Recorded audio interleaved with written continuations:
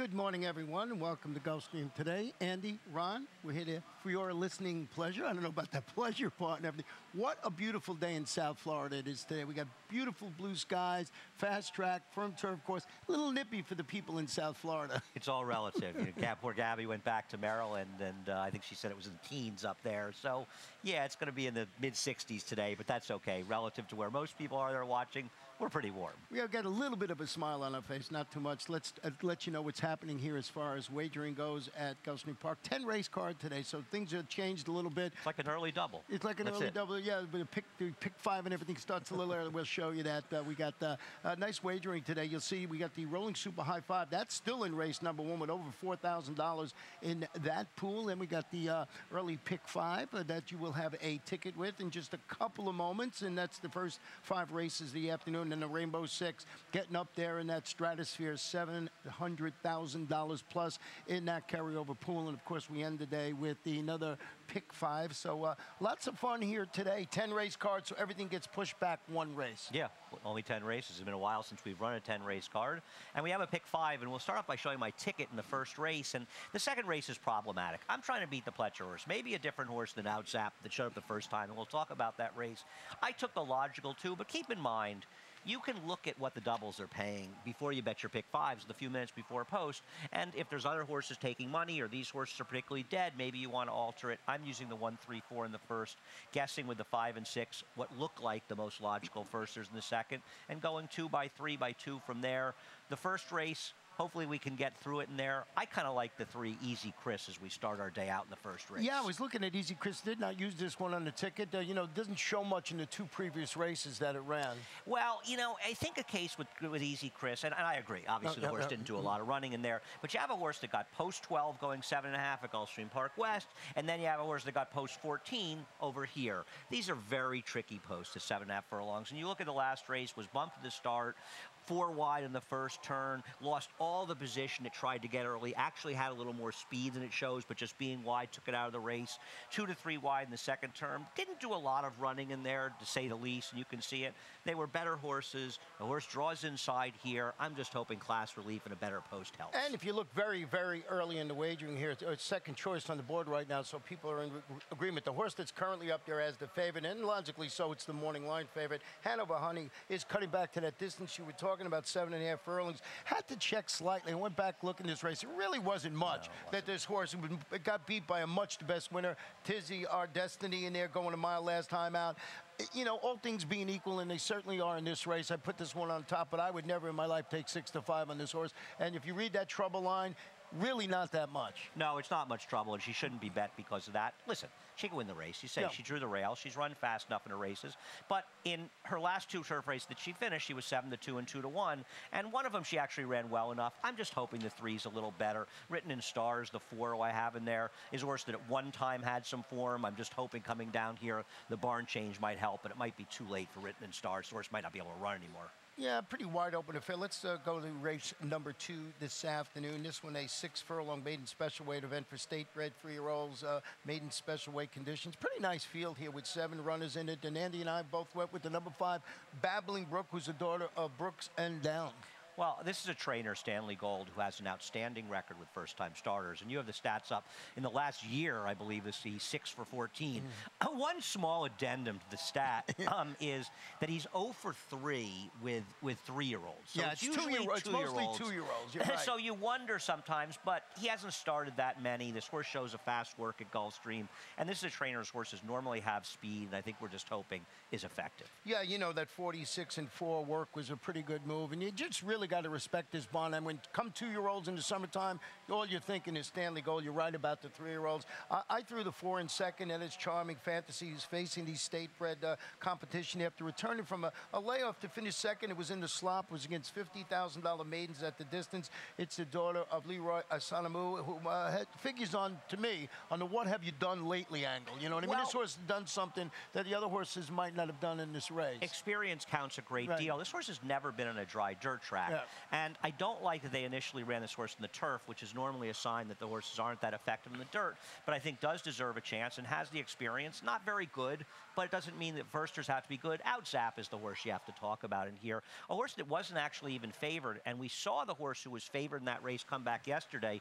One of the many bad picks I had on yesterday's card. A horse I liked, and the horse was dreadful for Kelly Breen. Drew a good outside post, made a little run like it was going to be in contention, and had nothing. I don't know how good that last race was, and I don't know if the rail is the place to be. I think it continued to not be great. And why am I supposed to take Outzap at a short price? The horse was awful last time. Yeah, I mean, I don't understand. I did not use that horse on my ticket at all. We both did use the number 6 Colombian Queen. You actually used it in second. It's a daughter of Big Drama. You were on Big Dramas all day yesterday. And it did not work out well. No drama for Big Drama. No drama in there. Let's go to race number 3 this afternoon. It's a 6-furlong sprint. Claimers 4 and up. Non-winners of 2 in life. $30,000 down to $25,000. I went with the number 7 horse. Andy, I'll start it off with On Your Mark, who's stretching out to 3/4 of a mile on the main track. Returned from a 13-month layoff. Broke from post 10 that day and went out and set fractions 20-3 and 43-2 before tiring late to get P2 lengths against 2 lifetime competition that was going 5/8 of a mile. Jamie Ness, stat on him, he's 30 for 84. 36% with a $2.26 ROI in that race. That's a stat that I dispute. That's the one that we dispute again. He's not 30 for 84. He's like 29 for 101. This is not a stat that I agree with. It's according to Formulator, and it's a $1.72 ROI. So I'm going to dispute that stat as being inaccurate. We're looking our stats up in different spots. How about this? He's good at doing it. I just thought that those fractions last time out. I know this barn. I thought this was the logical choice in there. He's, I believe, 4th choice on the board, 5-1. Well, so I went and took a shot with him. Obviously, he's the speed. Right. What do you do about the fact that his first 2 races were on the dirt, and he was absolutely horrendous in those races, and he showed significant improvement as soon as he went to the turf? There's a real question with this horse whether or not he can run it all in the dirt anymore. Yeah. I mean, we came back. I thought maybe there was problems there. 13-month layoff, comes back, sets sizzling fractions that put him in the spot where I think he could run. So I'm going off that, thinking that he came back a better horse than when he left. We'll see. I mean, we'll see. He's obviously a wild card in this race, and he's certainly going to make anybody who has speed's life tough because you know that he's going in here. Now, I'm going to take the 3 better run real fast. This is a horse that was 3 wide chasing against a gold rail in his last start. He really had no chance, and I actually thought he ran fairly well in that race. Now, obviously, he's another horse that spent most of his career in the dirt, but at least for my thinking, I think he ran well enough against the bias that he makes sense here, and he's going to be close enough, at least the 7. He's not that slow. I don't know if he'll be compromised. I tried the 3 and 5. If horses like the 7 win, I get it. I just can't have them. I got better run real fast in my analysis today. Says that, if this horse doesn't do what I expected to do, talking about the 7, the 3 is the logical choice to pick up the pieces in that spot. Hopefully. Let's go to a race number 4 this afternoon, and this one is 1 mile on the turf. It's a starter optional claimer, 4 and up. They're going to run for $50,000. You haven't heard us mention any scratches yet. There aren't many on today's card, so we're going to deal with a full field of 10 runners in here, and I'm looking up there, and we both have the same horse on top stock. I like this horse. Got in a lot of trouble last time out. Yeah, it's an interesting race because you've got Stock, who ran against much better horses last time out, and I thought the trip was tougher the time before it, a race that was wired in a slow pace, and he wasn't going to win, but he was probably going to be second if he didn't get in trouble. And to me, the 2, 9, and 10 are the right 3 horses. I don't think this is going to take. I don't think anybody's going to really logically disagree. They may like somebody else, but I think these are the right 3 horses. What do you do with Mansion House, who's second time off of a 20-month layoff? And the last race, which we'll show, I thought it was an interesting trip, is we're going to pick the race up around the half-mile pole because Mansion House is in a very good spot for Julian, but he manages to get completely shuffled out. The question is, did it really matter, and how well did this horse run, and how much better is he going to run second off a 20-month layoff? You know what I like with this? We're going back and look at this replay. He's all bottled up here, but when he turned for home, he finally gets some room and he closes, pretty well in this race. Not to run that badly. So I mean, I think you're absolutely right by saying these are the 3 logical horses in this race. The 9, the 2, and the 10. I think it always has to do with turf racing. Who gets the better trip? Yeah, the 2 is well posted towards the inside. So in theory, that's the horse. And you can see right here, he's just losing all kinds of position. He gets completely swallowed up by the field. But as you said, it works out well for Julian because the field spreads, and he's not really that much farther back. All the horses that sort of swallowed him up kind of disappeared outside of him, and he didn't gain, but he was coming off the layoff. How much better will he run? You and I both hope that Stock runs better in here, and Stock also gets a switch to Jose Lezcano that won't hurt. Platinum Prince on the outside is the speed. I think a mile is a little bit of a question mark for him, though. Now, what about the stat that you had in here on the one horse, Scoria? Well, I think Scoria is an interesting horse to talk about because this was one of the horses of the meet that was the most mystifying money that this horse took. This horse was bet last time like it just couldn't lose the race. It was a pretty quick pace. Horse was right on top of the pace. You look at the running lines the horse was running. It was like Scoria was a different horse, was claimed out of that race from a very sharp trainer in Jane Sabelli. And this trainer, Jose Garofalo, does a decent job. He's 3 for 50 off the claim overall, and he's 1 for 10, none hitting the board off the claim in the turf. I think this horse is going to take some money off the win. I don't want any part of this horse. Yeah, I did not pick him on my ticket either there, so it's good. You know, a stat like that makes people think maybe the second should. Maybe I won't add this horse to my Well, the ticket. question is, where does last race come from, and is it possible the new trainer can repeat it? Right. Well, Jane Sabelli, it's hard to improve on. She does a real good job. So race number 5. Oh, no, let's take a short break. I forgot because we got the Rainbow Six in race number 5. They're trying to trick me here. Let's go into our quick break.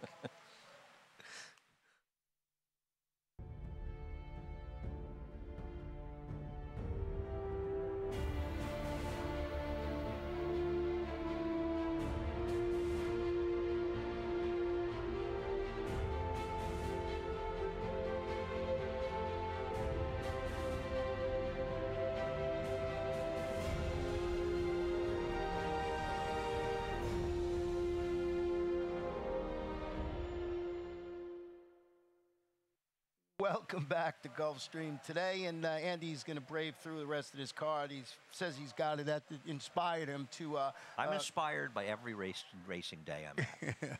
The 5th race, 5 furlongs on turf, maiden special weight, 4 and up. We have a. You have a ticket. You have a ticket. You have we a pick got six ticket. no scratches in here, and let's see my Rainbow Six ticket. And I went a little deep because of that big carryover. I had a tough gig with this. I went with 2 horses in here, Honorable Daniel and GPS in here, and then you see the progression as it goes down. The last race, the 6 horse. My long shot. We'll talk about that when we get to that race. So an $86.40 ticket. Usually don't go this high on my tickets. I don't like to give them out, but I had a hard time. And being that there's going to be close to $1 million in the pool, I said, what the heck, let's see if we can get it done. Well, you know, yesterday there were 4 horses live for the whole pool, so it does happen. Obviously, it wasn't hit, but people do get live in those situations. This race, you and I saw this race pretty much the same in here, and we'll take a look at Honorable Dylan's last turf race at Saratoga. And it's important to note that this is the only turf race that Honorable Dylan has run. Now, one thing I want to point out, this was late in the meet at Saratoga. The courses had gotten extremely hard, and speed was very strong. So I do think he was helped a bit by that, but he also ran pretty well in this race. And for whatever reason, I mean, he was rained off once, and I guess then it got later in the year, and there weren't any turf sprints being offered. This horse has not been back on the turf since then. It seems pretty clear that Honorable Daniel is a better horse on the turf, and I think he's supposed to be the speed in this race. To me, the 2 and 8, the horses we have 1-2, they look like the main 2 speeds, and I'm not going to make a case against them running 1-2 here. No, me neither. I mean, I'm glad that we're in agreement here, and I used those 2 on my ticket. And GPS is the other horse we're talking about. Turning back to this 5 furlong distance after breaking from the rail, goes up and sets the pace. Weekends late, finishes 3rd at 7.5 furlongs. Michelle Nevin is the trainer. Johnny V handling the turnback move. Honorable Daniel, for all the reasons you mentioned, didn't know what to do with 6 Twizzle in there. It's a gelded $235,000 son of Speightstown, making his first start since finishing 2nd when he was in the Todd Pletcher barn. But that was last February. Now it comes back George Navarro. This could be a sneaky in the race. He is, I agree. But he is getting them from Todd. And I got to say, that chart comment is, I'm going to take umbrage with the chart comment. Full of run. Right. That comment is full of it, actually. Watch the replay. This horse clunked up for 2nd. Oh, He was not, you know, full of run. You expect some horse to be running like a wildebeest in the stretch. Right. That would not be the case, but feel free to watch it for yourself. And what about the 7? I just think that horse is a suck-up type I love horse. the He's name. had a million chances. Furlan, why? What is it? Furlan Husky, the singer, you know, Furlan Husky, the I didn't know. country western guy. I mean, that's... maybe I'm dating myself. Wings of a Dove Museum. I actually went to Furlan Husky's Wings of a Dove Museum. Really? Yeah, in Tennessee. I was there for a wedding. Yeah, I don't know what I was doing. I didn't know one thing about it. Have you ever been to Graceland? You've probably been to Graceland. Yeah, I've been to Graceland. Great spot. Yeah, been to Graceland. Saw the Dead in Memphis, and we went there. It was great. Yeah. Graceland's a great I actually place. went there. Now, I was at a wedding. I spent like a week there. I had a ball all around that whole Fun place. spot, yep. Let's go to race number 6 today as we wax philosophical about our past here. 1 mile maiden claimers, fillies and mares 3 and up, 12-5. And this race, 8 runners, still not a scratch on the card yet. Andy, you went with the number 5 horse in here on top. I went with the 4. Chance wanted to show a video of that Well, horse. there's 2 ways to go. You went outside of the race that we're going to show with Grace Quinn Animati, that annoying name, and the 5 Forever a Fleet. I'm sure Larry loves that name. Yeah. And I want to show it because there's a lot of talk. Now, Grace Quinn, whatever, is not in the picture at this point. A lot of people feel, and I'm not saying I completely disagree, that Forever a Fleet should have won this race. It got in a lot of trouble. And I agree the rider got into a jackpot in this spot. Right. Whether or not he would have won is open, or she would have won is open in dispute. But one of the things I like more about her than the 1, whether the trouble mattered or not, it may well have. I don't know why he married himself to going inside. Why didn't he stay outside of horses? He tried to get too cute here, in my opinion, and it cost him. This horse has more speed than Grace and Friends. Right. And that's going to make the horse much more likely to win. The question is, how strong is this race? And you prefer sheer chance coming out of a different race. And I'm going to use all 3 of them to start out my pick 5 ticket, which we'll show after you're done talking. Right. Okay, so why don't you talk about the 4, and we'll show my pick 5 afterwards. Okay, 4 sheer chance cutting back to 1 turn mile after responding to a drop to the 12,000 level by tracking the pace. Finishing second, going a mile of 16th. That was a sealed, sloppy track. Sid Attard, Tyler Gaffleone, current turnout. I think to speed in this spot, as you mentioned. Well, this horse will be forwardly placed, which will help. I don't disagree. I don't know how this horse is going to run on a fast track, because it was a sealed fast track 2 back, and it was sealed sloppy last time. Let's put up my pick 5. I'm using all 3 of them. I don't want to get eliminated in this leg. It's a $36 play. I'm singling the next leg, a horse that you used. We disagreed a little bit in the last race and pretty much agree in the other races. They feel on paper as though they're reasonably cut and dry. Doesn't always work out that way, though. We certainly have some winners around here that are illogical. The 7th race that we come to, where I single the 3, you used a few. I could have used a few. I really like Don's Girl in here. And, you know, Don's Girl has run 4 times in the turf. The first 2 were turf sprints. The first one was on Preakness Day and ran against Finnegan, who went over to Ascot. I think he was scratched. He was one of those Wesley Ward Coolmore horses. Remember, he got loose, right? Something happened. He was scratched over there. The next time ran, this horse had a rider that's not particularly strong and rode in the first few starts. And we'll go back to August 15th at Laurel and take a look at Don's Girl's race that day. And this is the last turf sprint. This horse gets completely shuffled out of position. Maybe she's that slow. I don't know if she's that slow in this spot, but she really loses any chance. And in here, you see her in the back of the pack. She's totally in a package. You see the horse turning its head. It wants to get out. It can't get room, and finally does get room. And I thought that she did an excellent job of closing the gap reasonably well in here. The next 2 times she ran the turf were route races. They were soft and yielding courses, so she hasn't been on a firm turf. She hasn't been in a turf sprint in this race. And I think even without the trouble, if you don't even think the trouble was that much in here, she still ran fast enough to be a horse to beat in this race. She gets a different rider. Now we'll see how this trainer does off the claim. Yeah, I mean, you know, you look back, and that horse is one of the best ones that ran at 5 furlongs on the turf, or 5.5 furlongs on the turf. I did go with the number 6, Agave Sunrise, who's going to try the turf. So I'm guessing here, after stalking the pace and finishing second, that was a $35,000 maiden test that was moved from the lawn to 5 furlongs on the main track. Bill Kaplan, Juan Leyva handling the surface, which Barn really not known for having a lot of turf runners. They do most of their work on the main track. So a bit of a guess. Don's Girl, for that race you just showed, I threw that one on the ticket. The problem with the Agave Sunset is the 2 turf races are dreadful. Right. Now, maybe she's an improved horse since then. I thought horses like the 8, My Valentina, could run a little bit better for these connections. Second time out, cutting back in distance. Had a little bit of trouble last time, was very wide on the second turn. Artemisa you have in there. And, of course, the 10, Vahal Wedding, who my friend Dan Silver owns a very tiny piece of. Oh, Dan, yeah. So this is Dan's first horse to race. He's extremely excited. Oh, good for him. I'm going to root for him, and don't forget. I won't be rooting for him. On the 9, blinkers off. Thank you. Let's go to race number 8 this afternoon. 1 mile and 1/2 on the turf. This is the fillies and mares, $65,000. This is a Savannah Jane.